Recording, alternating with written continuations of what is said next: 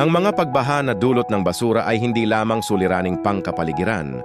Ito ay paalala mula sa Diyos. Kapag pinapabayaan natin ang kalikasan at nagkakalat ng basura, tayo rin ang mahihirapan. Ang mga baradong kanal at ilog ay larawan ng ating puso na puno ng kapabayaan at kawalang malasakit. Tinawag tayo ng Diyos upang maging tagapangalaga ng kanyang nilikha. Ang bawat basura na ating tinatapon sa maling lugar ay pagpapakita ng ating kawalang disiplina at respeto. Hindi lamang sa kalikasan kundi sa ating kapwa. Magsimula tayong maging responsable sa pagtatapon ng basura at pangangalaga sa kapaligiran. Sa paggawa nito, pinapakita natin ang pagmamahal sa ating kapwa at ang ating pagsunod sa Diyos. Panalangin, Panginoon, patawarin mo po kami sa aming pagpapabaya sa iyong nilikha.